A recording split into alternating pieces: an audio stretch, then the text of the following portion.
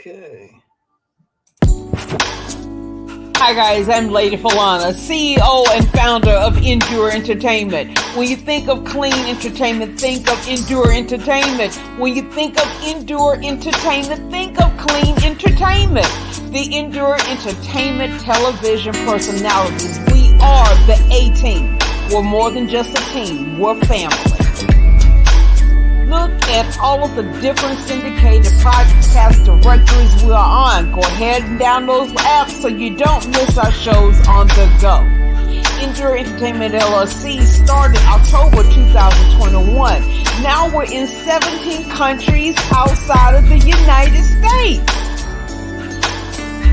Featured in CBS, Fox, and NBC.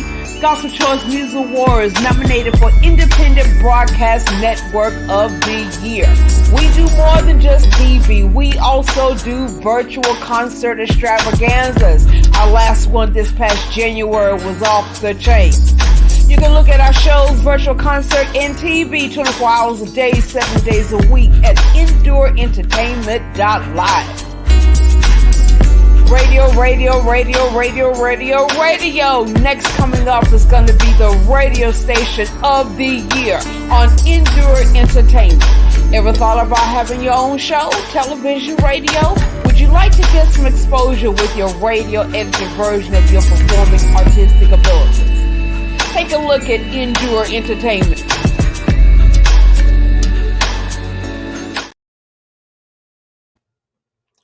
All right, one more, and then I'll be right with you. Author Evangelist Corey Thomas, a dedicated servant leader whose weapons are spiritual in nature and volatile in impact. Hot off the press, author Evangelist Corey Thomas's new book, Sound Advice, Music and the Battle for Your Mind, Body, and Soul. Matthew 5:13, ye are the salt of the earth, but if the salt has lost his flavor, wherewith shall it be salted? It's author Evangelist Corey Thomas's new book, Sound Advice, Music and the Battle for Your Mind, Body, and Soul. Purchase your copy to help maintain that flavor in your spiritual walk. This book is epic. It's sold on every major online bookstore or go to CoreyThomasMinistries.com. I got my copy. Be sure to get yours. It's author Evangelist Corey Thomas's new book, Sound Advice, Music and the Battle for Your Mind, Body, and Soul. Get your copy today. All right. Now it's me. Welcome. Sorry I wasn't here last week. I've been so buried in schoolwork, which is actually, I'm going to brag on me for a second, turned out quite fruitful. I don't know if you could see that. Academic achievement. I am on the Dean's list now, which was, truly it feels good because I worked my tail off for it. And this secondary to that is, I always keep in the back of my mind that I shouldn't be here right now. And by the grace of God, I am here, and I'm here to talk about addictions and coping and mental health issues and things like that. So before we go on tonight, I wanted to mention that I'm going to be using, this is a lot of it's from my own experience, but a lot of it too is I like to back up the things that I say because I study feverishly to not just to prove a point, but to add some legitimacy to it, so that it's just not, so I'm not a walking opinion piece. Because my deal in this with Jesus is to just spread the word about the truth. I'm not trying to do anything more, anything less than that, because I have to be grateful, and I always will be. I mean, I've gone from a 3% chance of living to perfectly fine, and that's pretty amazing journey if you ask me. So going on from there, hey V. What I wanted to get into is I was reading this Harvard health study, and this is from Dr. Peter Grinspoon. I've never heard that name. Dr. Peter Grinspoon there has been through rehab himself, and he kind of gets it, and he kind of has the same questions and than I do, and except he's researched his answers, and again, he is a actual medical doctor. Um, I am not. Um, Hopefully, by the end of the year, I'll be a psychologist, or next year, or whenever. And Godspeed, right? All right. So, first thing I wanted to get into, just get right into it. You hear this all the time as people say, there's a addictive personality, and I haven't agreed with this for a while, and there's good reason for that. Because there's no such thing as an alcohol gene, or that's the one that I always hear. You inherited that alcohol gene, and I can go on that again. But I don't need to tonight. I will just tell you there's no such thing. There is no gene they can link scientifically to and biologically to alcohol use disorders. So we'll look at it this way, and I'll give you a little bit more about Dr. Peter Grinspan here. He says, "Now I'm now 11 years into recovery from my battle with opiate addiction. And I have always been fascinated with two related questions. Is there truly such thing as an addictive personality, and do people substitute addictions?" Um, so he says right here, it's the myth of addictive personality. Can a person who was addicted to drugs or alcohol in their teens safely have a glass of wine with dinner in their middle age? And as he says here, it really does depend on which model of addiction and recovery you're looking at. It's so generic when you go out there right now. You go from rehab to rehab to rehab, and you're going to get the same 12-step process, except they'll twerk it a little bit to make it into their own monetary gain. Hey, this is the way the Ridge in Lexington, Kentucky does it. This is the way Isaiah House does it out past Nicholasville, Kentucky. This is the way Revive does it in Nicholasville, Kentucky. And further on, go out through the state, go to ARC in Greensboro, North Carolina, Winston-Salem, North Carolina. And you get the same thing. They all call it what they do, and that's their program. It's not. It was a program developed in the 1930s by, let's say, the co-founder Bill W. And not really. Not many people have wanted to change it or question that or say, okay, if this program's so good, why are there so many people in the ground? And that is something that I do. That's what got me into psychology. And uh, my major thing when I was thinking about this and going through this, I had a lot of time to think when I was healing. From 115 pounds being bedbound, you get a lot of personal time. So, um, with that said, when I was thinking about it, to make any kind of logical sense for all addicts to be the same, we would all have to have the same background, the same genetic makeup, the same predispositions, the childhood dramas and diagnoses of, he even has it right here, depression and anxiety. Then he says it as well. So I'll give you his. Um, he says during his 90 days in rehab, it was forcefully impressed upon him that addictions are routinely substituted, and that if one is ever addicted to any substance, then lifelong abstinence from all potentially addictive substances is the only hope of salvation. But he goes on to say everyone would have to have the same lifelong predispositions to an addiction, genetic makeup, childhood traumas, depressions, all of which would plausibly set them up to become addicted to, let's say, alcohol. Okay, that makes sense. What you do, okay, mesolimbic dopamine system, that's a reward system in the brain. So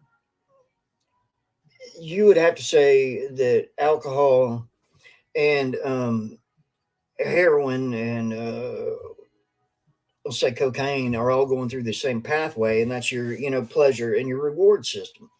So it's I'm going to quote him on this one because it comes out much more eloquently. So it is logical that the body might try to find a second pathway to satisfy these hungry neurotransmitters if the first one is blocked. And that's what is called a cross addiction. Um, is that truthful? A lot of people say it all the time. Now, and he mentions here, which is something, I mean, this is, I just read this today, so it rehashes some things that I've said, which is not patting myself on the back. It's just adding to it that I'm not the only one there saying, this is not the only way, this is not the only path. And this fake it till you make it mentality is not going to work. Um, it doesn't work. I mean, your chances of surviving with just treating the addiction, just treating the detox, your chances of making it out, as they like to say, into the recovery world. Let's not say out, because if you're out there, that means you're out there. That means you're using. Um, are very slim. I mean, if you're not going to, let's say my usual, if you're not going to a meeting a day and or therapy a day, that 12-step program is designed to fail.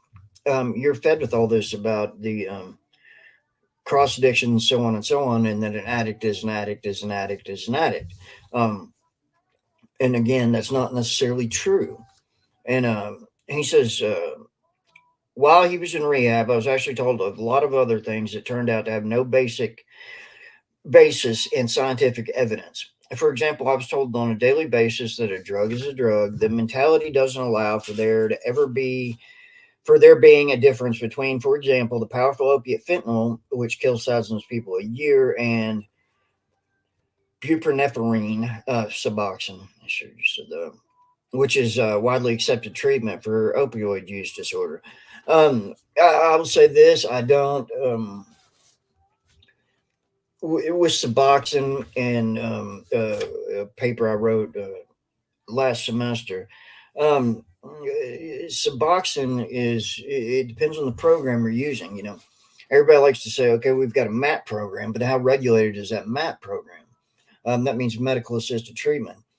Okay, so if somebody's getting Suboxone, Suboxone is sold on the streets now as well, and some people abuse it. I mean, it's just the way it goes. It needs to be used with treatment and under a doctor's care basically the entire time. Like I always say, I know people who've been addicted 12 and 20 years to Suboxone. Now, flat out tell you that they're addicted to Suboxone and they wish they could stop. And that's okay. I mean, would I rather somebody be taking Suboxone or fentanyl? Absolutely Suboxone. Um, and again, it makes sense. But with anything, it doesn't matter what it is. There's people who abuse coffee. There's people. I don't need to go into that. So he says, I've come to believe that an uncompromising abstinence only model is a holdover from the very beginning of the recovery movement almost 100 years ago, and our understanding has greatly evolved since then. The concepts of addiction and recovery that made sense in 1935 when Alcoholics Anonymous was founded and which have been carried on by tradition might not still hold true in the modern age of neurochemistry and functional MRIs. That said, mutual help groups today do have a place in some people's recovery. And granted, right there when he says some people, it's not for everyone. That same program does not work for everyone. It's it turns it into a group think and a polarization where you have to be just like the person sitting next to you. And, when you go into a meeting, they're going to tell you, that everybody comes from a different background and so on and so on.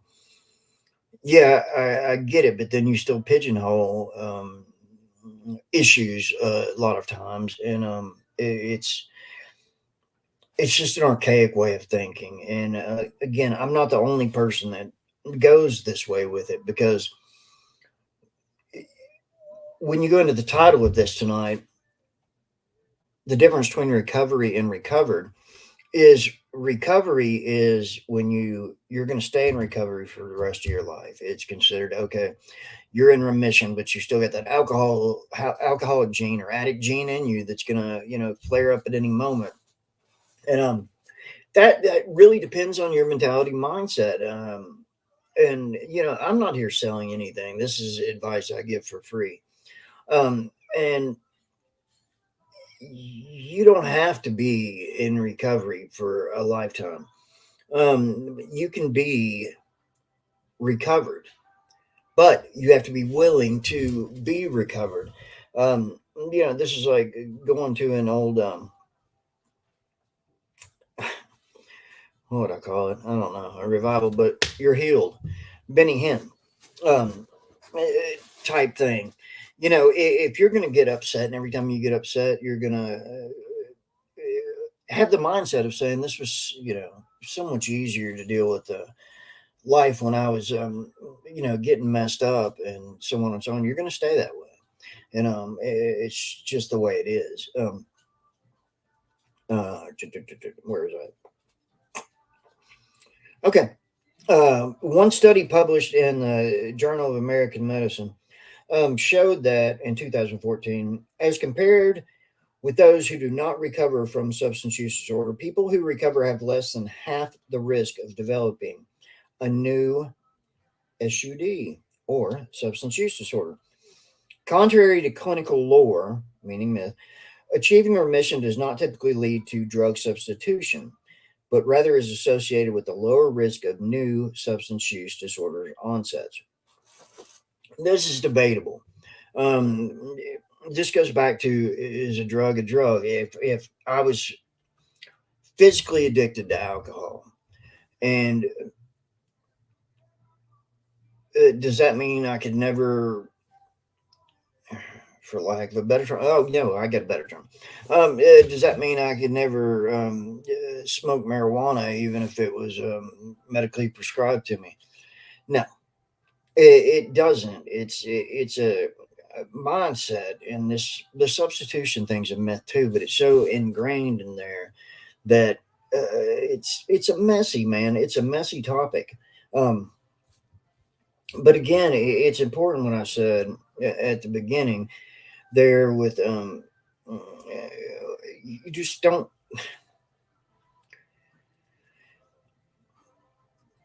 Everybody doesn't have the same background, the same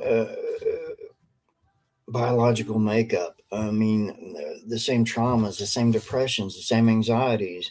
You would have to be all one individual for it to for the 12 steps to make sense for everyone. And again, that's not saying that the 12 steps are a bad thing. It's saying I know for me it didn't work. And that's just the truth, and I'll later on explain what worked to me. um, and he goes into here. Okay. The study in the Journal for American Medicine, um, the authors of the study suggest that factors such as coping strategy, skills, and motivation of the individuals who recover from a substance use disorder may protect them from the onset of a new substance use disorder. In other words, by making the life affirming transition from addicted to recovered, we gain recovery toolboxes that help us navigate life's challenges, and stress. Okay. Thus, when faced with stressful situations that formerly would trigger us to drink or drug, we might respond by exercising or calling a friend rather than using a substance. Man, I cannot hardly talk tonight. Sorry. All right. As such, we substitute addictions with healthier activities that perform the function that the drink or drug used to. Honestly, I do a lot of that, whether it be Xbox controller or the guitars back there. I've learned to play guitar. I do Legos and stuff when I'm stressed out. I take a bath, candles, meditate, pray. I do a lot of all that, and it has worked fantastically for me. I mean, I know that I'm a different person than I used to be, and I can't point it out, but um, I'm not tempted. I don't get triggered. Um, And there's a reason for that. And I've been searching for the reason for that. And it is because I faced it that, I mention this all the time that I just suck at drinking, which is true. I was hiding things or bearing things deep inside that were very, very traumatic to me. And finally facing them it lifted a lot of that away from me. And I no longer feel like, if I had a bad day or if somebody made me mad, that I have to go, grab a drink. And I always mention, I never drank to catch a buzz or have a good time. I drank to get drunk. And that's the truth of the matter on that one. And it always will be. Um, so I was not mentally well enough to consume alcohol. And that is the truth of the matter. It doesn't matter to me what anybody else is telling me, how I should feel, how I should think, what I should do. I know what happened. I know exactly what happened with me. I was there. I live in this body, and I was there when God lifted me up off that floor. And, you know, I got my salvation and able to be grateful and the restored faith that I was missing. My number one diagnosis should have not been alcoholic when it was. It should have been loss of God. And I once went to a rehab, and that's what I told them when I initially went in. I was, one of the problems that's wrong with me is I've completely lost my relationship with God along the way, and that was so much truth. But instead, I was treated for addiction. Look, addiction is, and there's a lot of people who believe this. There's a lot of people who are going to argue it. It doesn't matter. Addiction is, to me, a symptom of a larger issue inside of you that needs to be examined. And a lot of people like to call addiction a disease. I don't. A lot of only 11% of the medical community in the U.S. will call it a disease. Um, but you hear from the loudest ones that wanted it and do want it called a disease. Um, you really do, because that went along with the AA module when it started up, and that was a big part. AA was a big part of getting classified as a disease. You know, do I not think it's debilitating? No.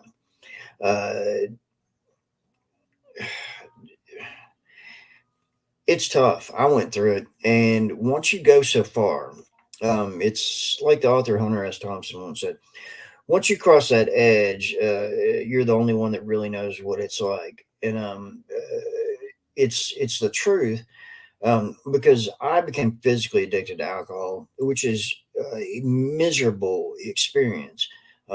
From nearly shaken to death. I couldn't hold a pen. I couldn't hold a fork to eat if I hadn't had a drink yet. And when you detox, you have hallucinations. You have seizures, which I've had a bunch of. This hallucinations, I've had a bunch of. And that's nothing to brag about. I mean, I had one seizure in 2008 that put me in a coma for a few months. And I didn't learn my lesson then, and I haven't talked about this in a long time. But when I got past that, I was supposed to die. I developed what's called acute respiratory distress syndrome.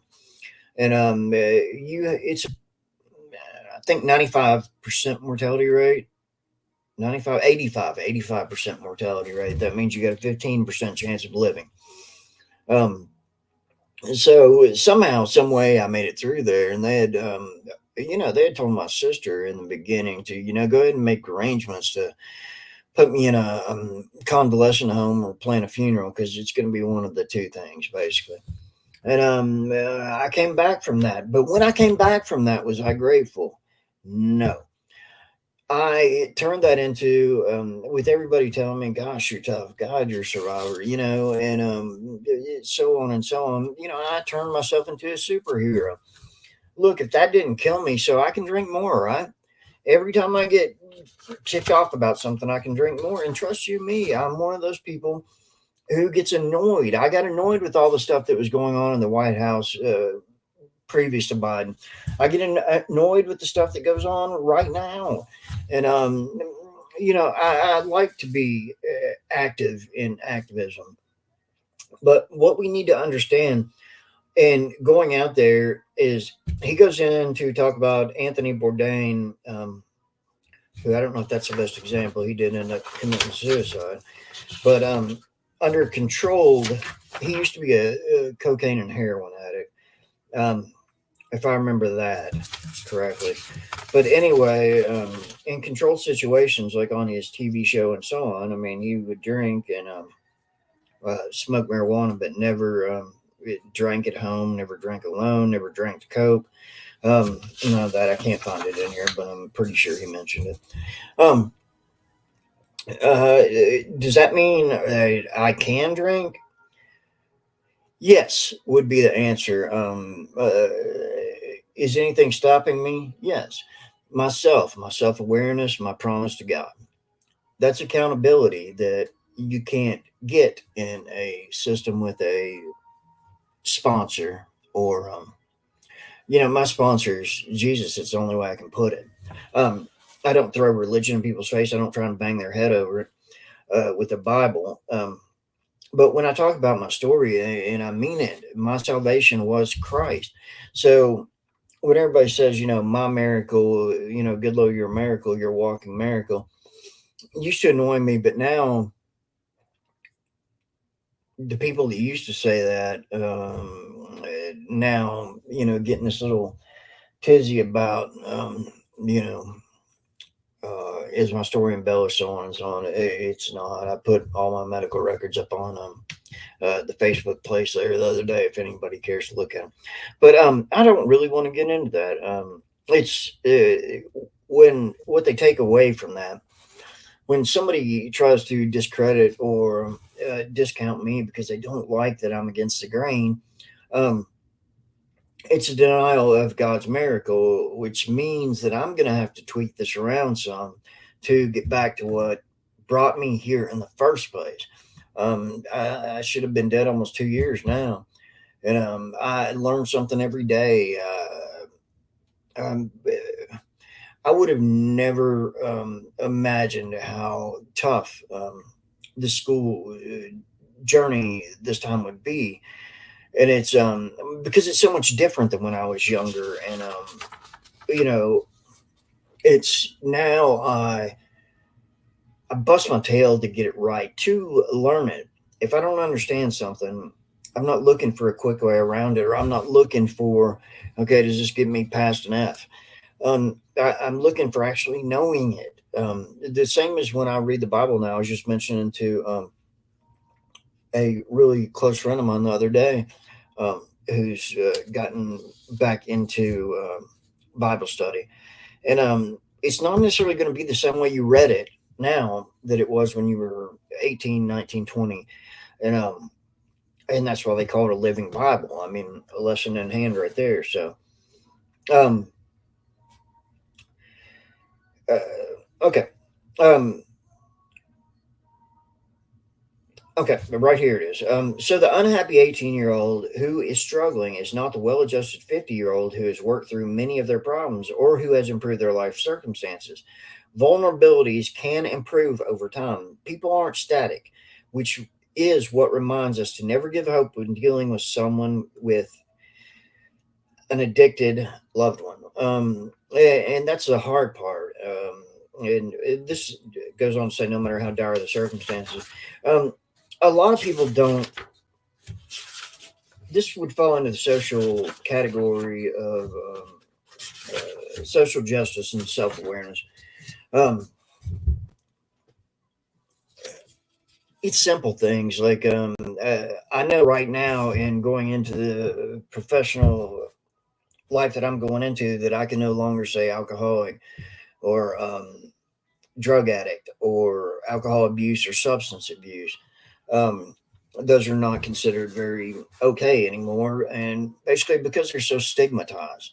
Um, when you think of alcoholic, you think of somebody who's down, dirty, a mess, and you can't trust them. And that may or may not be true. Some people are fully functioning alcohol use disorders. Um, But some people like me are very non-functioning, and it's because I stayed stuck into a pity party and poor me, and like the old man once told me, pour me another. Um, and that's the way it went. But the coping skills I've developed all came through a process of Christ and therapy and admittance and forgiveness and moving on and reaching that next rung in the letter.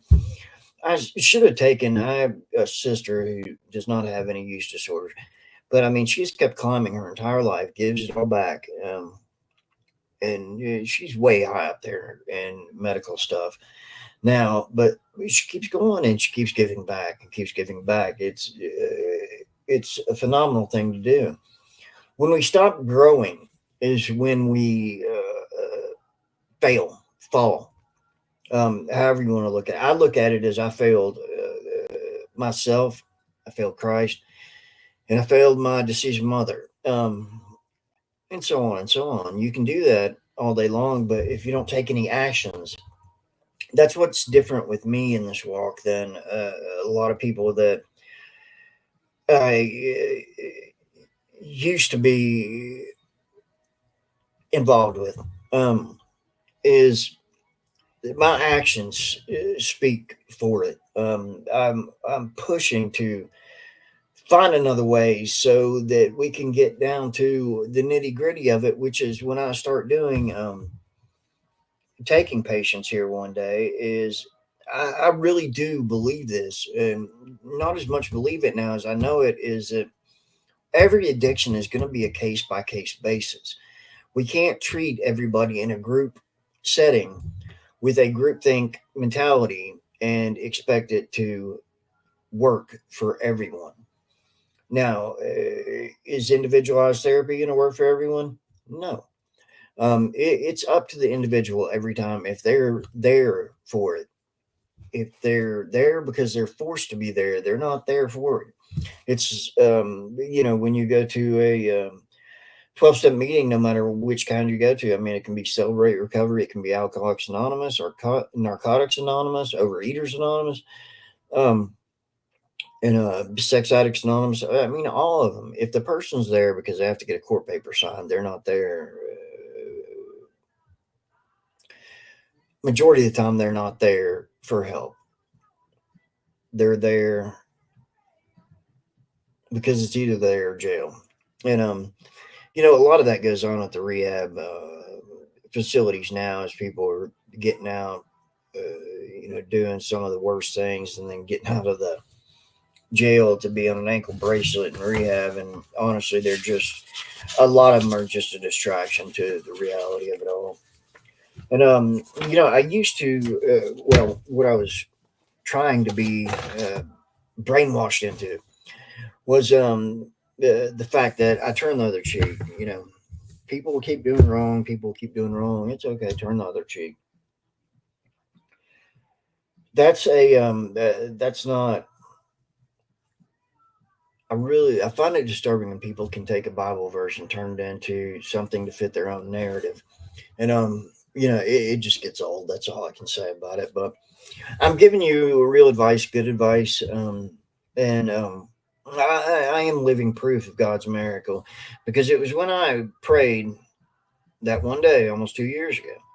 Well, no, not almost 2 years ago. No, that's a little bit farther out. Sorry, um, but a year and a half ago, when I prayed, I asked for forgiveness, and God lifted me up. I mean, I was immobile. I couldn't even walk at this time, and I had rolled over on the floor to try and will myself into the kitchen. Well, I didn't have any will. Um, not that could beat,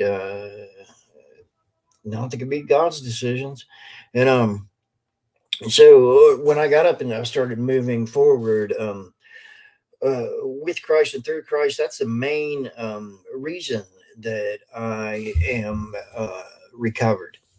And I don't have to keep saying I'm in recovery, because my focus now is not on um, necessarily. It's always in the back of my mind, but my sole focus is not on one day at a time. It's not. It's one lifetime, and with that focus comes, you know, another day with am I and what I'm doing is that is this what God truly wants, or is it what Goodloe truly wants? Um, and sometimes it's tough, but I have to sit there and go, okay, honestly, to sound cliche and completely intended, but what would Jesus do is a good thing to ask yourself when you're going to pick up that next hit from the trap house or anything like that. So yeah, interesting. But I'm going to get off here tonight because I'm trying to shorten to 30 minutes, and I'm going to continue my program on self awareness and social justice. And for the Tyree Nichols in Tennessee, that young man, that's a terrible story, and I do pray for his family and him. And I don't know. I'm not going to add a lot to that. I just find it a tragedy. Then, and what I said on my Facebook thing there is, it's a this is a human on human crime, and we need to quit making it black on black, white on black, white on white. We've got to get to a sense of humanity again, because even like when they talk about the January 6th insurrection, they don't mention all the people who died in that had families, and uh, those people are gone. And we can pray for world peace all day long, or we can take the Bob Marley method and say, give thanks to and praise to the Lord, and it'll be all right. All right. So every week I like to turn to my devotional, and it's the Celebrate Recovery 30-year anniversary 365-day daily devotional. And for day 131, I just open this to a page. I never ever pick this in advance, nothing like it. It usually just somehow, some way, I think I know how, but it fits into whatever's going on with me that day or tonight. So this is John 11:33-35. When Jesus saw her weeping, and the Jews who had come along with her also weeping, he was deeply moved in spirit and troubled. Where have you laid him? He asked. Come and see me, Lord. And they replied, Jesus wept. When we encounter recovery, surrendering to God and admitting that our lives are out of control, we find that we begin to come out of a condition called denial. Denial is a common coping mechanism that we employ in an effort to keep ourselves safe emotionally. If we can pretend a problem doesn't exist, we don't have to deal with it, and it can't harm us. Of course, the opposite is true. Denial can hurt. Really, it can hurt us as badly by numbing our emotions and keeping us from dealing with problems until they become critical. Um, that was my biggest thing is living in denial, and I denied my past, and yeah, I hid from it, and that was I mean, I drank an amount of alcohol that would kill a normal person, and it did kill me in the end. There's no question about that for anybody new tuning in overseas or anything. I did have to be resuscitated twice during my 3 month hospital stay, my last 3 month hospital stay, because I was in complete liver failure and stage cirrhosis. And again, that's where God steps in and says, I was just told this week, awesome and good news. Because I never talk about it, but I've stayed on a preventative medicine since I was out of the hospital, or precautionary. I'm sorry, precautionary medicine. Two of them since I got out of the hospital. Just in case it was a fluke, just in case okay, he's not supposed to be healing this way. And I've heard that a lot. That it's what was the last one? It's very uncommon for anybody to heal from what I've healed from. And you can look at that for what you want to look at it for. But I've not heard one person in the medical field, the specialists and everything else, say that they understand it. It's supposed to be impossible, but as Zach Williams is saying over here behind me, when I stopped being afraid of the past, that fear, it is a liar. I've heard that in church before as well. And I really became unafraid through all this, and I'm grateful for that. And okay.